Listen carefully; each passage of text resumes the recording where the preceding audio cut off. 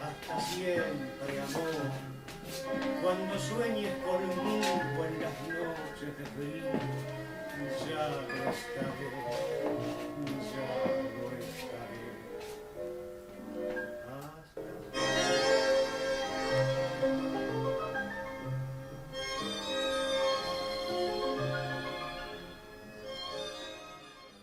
In this video we are working on the molinete without going too crazy and too dizzy, so a very comfortable exercise and a way to understand how the molinete functions. Enjoy!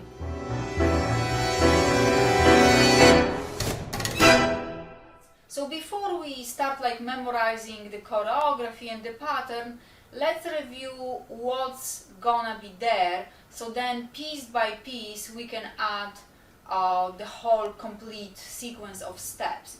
So we know that the molinete goes back, side, forward, side and keeps repeating back, side, forward, side.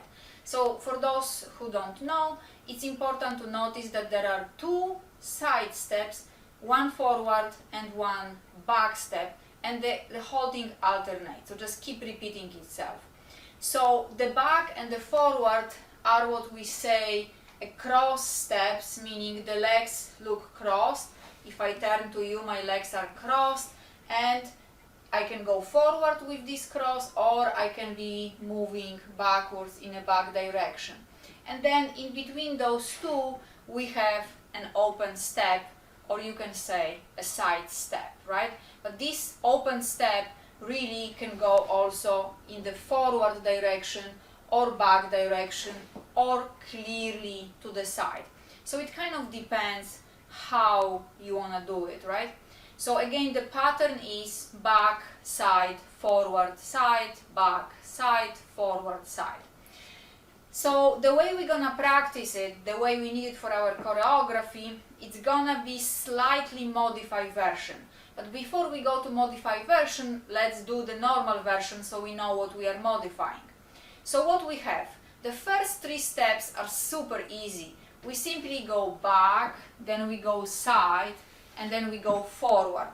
So that's already three steps, nothing major happened here, right? We simply created a straight line and we sort of created a box, little box, right?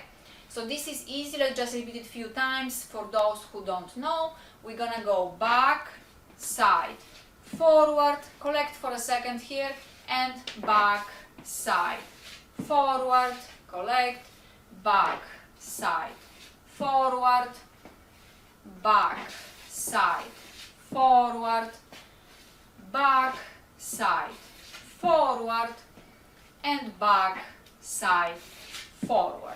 Great. So now you are familiar with the pattern, so you don't need to worry about it. So now let's observe what's really happening within this pattern right now on those three steps. So we have two legs. One leg is gonna be considered inside leg and the other leg is gonna be considered the outside leg. Now what is outside, what is inside, I'm not in the box, right? So basically the inside leg is the leg that is closer to some space or some reference point around which I'm traveling.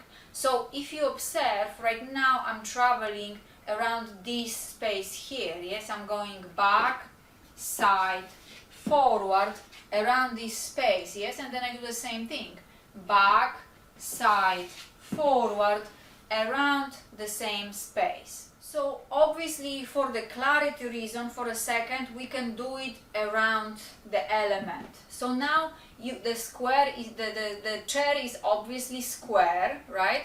So we're gonna follow the side of the chair, the other side of the chair, and the third side of the chair, and then we repeat the same thing, right? So obviously when you have an element, depends how big it is, you need to take bigger steps to go around it, right? So why it's important or valid to practice with the element? Just to practice your coordination and the space awareness. Never, almost never the molinete gonna happen in that exact setup. This is just for understanding what's going on. So we understand that the steps kind of draw the squarish line. Yes, normally with the partner it will change a little bit, but for the exercise this is fine to understand the whole concept. So look, it's important to take big enough step so I pass that element, right? If I don't take big enough space, I take a very small step, now I cannot pass. Can I modify it? Yes, I can. So for example, I can go here, side, right? And now, okay, I cannot go forward no more where I originally was going, but I can still go somewhat forward, right? So now the shape of my molinette change, right? So why to practice with the chair? To develop the response to the space, right? So of course I can continue with the small tiny little steps like we did before, and maybe in 8 or 12 steps I will still manage to go around. But to exercise our orientation, we want to do it just in 4 steps. So now, since I have this chair here, let's add this 4th step so we understand what's going on. So remember, the steps, no matter the direction, in this case when I have an object here, they're gonna have to be pretty much same size. And I also need to set up myself in the right position that this object is pretty much in the middle of the space, right? So let's just repeat the steps few times and then we're gonna talk about the torsion, right? So we're gonna go back, side, forward, back, side, forward, back, side, forward, back, side, forward, back, side, forward, last one, back, side, forward, right? So we understand this. Now, normally, and we're gonna do it today, we have one more side that so far we had not utilized, right? And we haven't talked about it. So, but we still need it. So when we want to continue the movement going one direction, we need to close that side, right? So what's the difficulty? Okay, I just close, right? That's it. Well, the problem is that if you do that, you're gonna have now your partner behind you, right? So how do you gonna keep them braced there, right? Not very convenient. So therefore, in order to stay with the partner, we take a side step, but the side step gonna go towards the partner, right? So we're facing the partner, which requires what? It requires the pivot, right? So when we have a pivot, we need a torsion, right? So we need the torsion towards the partner because that torsion is gonna help us to pivot. And here, in order to stay with the partner, I cannot go with my back step here because I'm gonna leave my partner. I need to pivot again enough to come back to my original position. Remember, we were starting here with our back, side, and forward, right? And back, side, and forward. So when we arrive here, we're gonna use our torsion, complete our side step, use our torsion, and come back to the original movement. Okay, so we're gonna exercise it in a second, but just to finish with the explanation. So there is one more element or one more issue that you need to be aware of or you need to focus on when you're practicing. This movement is actually fairly difficult to do if you're not using your torsions. Yeah? So if I'm looking at you and I'm trying to do the movement, I'm kind of falling apart because I don't have my reference point. If I start focusing on my partner, and in normal life my partner will be kind of turning with me, but here I just have this chair that I'm pretending is my partner, right? So right away I'm gonna have the torsion towards that object. With this torsion I'm gonna try to do my steps. So now when I'm passing to the other side, I need to adjust my torsion to continue looking at my partner, right?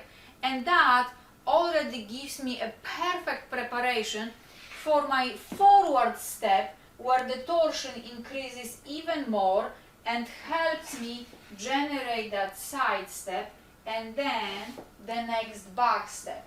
So now the movement can become fairly easy to do, right? Because my torsion helps me do it. And of course, we're gonna reverse and go the other way and do the same thing, remembering about the torsion.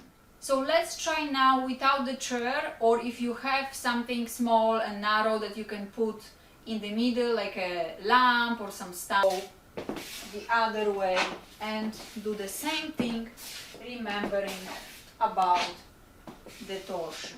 So let's try now without the chair, or if you have something small and narrow that you can put in the middle, like a lamp or some stand or something that you have as a reference point, put it there. But if your chair is too big, it's gonna be very confusing for you to go all the way around. So something a little bit narrower. Let's try. So we have this imaginary object around which we are traveling. We have our torsion towards. I'm gonna go with my left foot back to start, and I'm gonna try to come back to exactly the same point. I'm gonna try to repeat it 2 times, so I'm gonna do 8 steps, right? I'm gonna go back, side, forward, side, back, side, forward, side, and I complete ready for my potential back step again, right? Okay, now I'm gonna step to the other side of my space.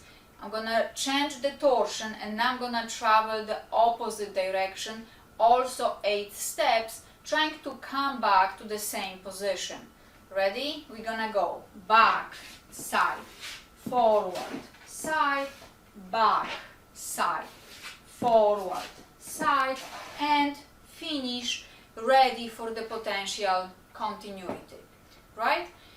Okay, so now we're gonna try to combine the 2 movements. We're gonna change the direction on the side steps. So how many are we gonna do? Let's start on this side with the torsion to the right, left leg ready. We're gonna go back, side, forward, side, back, side. So we did 6 steps. From here we're gonna reverse the movement, yes? We just did back, side.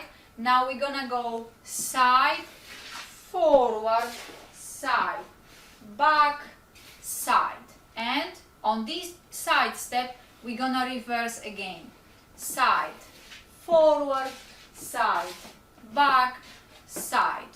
Reverse, forward, side, back, side, reverse, forward, side, back, side, reverse, forward, side, back, side, reverse, forward, side, back, side, and side step. Okay, so now you're good at it. Yeah, you understand that I'm not trying to make you dizzy, I'm not trying to make you fall. I'm trying to make you exercise the movement without getting too dizzy. Now, since now you have an understanding of how it works, let's try to do 2 turns one way and then again reverse the direction through the side step and do 2 turns the other way, right? So again, starting with the torsion to the right, left leg is gonna forward, side, back, and here we're gonna change the direction. We're gonna go forward, side, back, side, forward, side, back, side, and change the direction, and forward, side, back, side, forward, side, back, side, change, forward, side, back, side, forward, side, back, side. Very good. Okay, so changing on the side step is fairly easy, yes, because we just go from one leg to the other. We can, but don't have to collect, right? So we can just simply shift the weight from one leg to the other. Now, let's try to change on the forward cross, right? So right now, let's start with the inside leg going forward straight into difficulty of the pivoting, right? So we are closing that top lead, we need to pivot, right?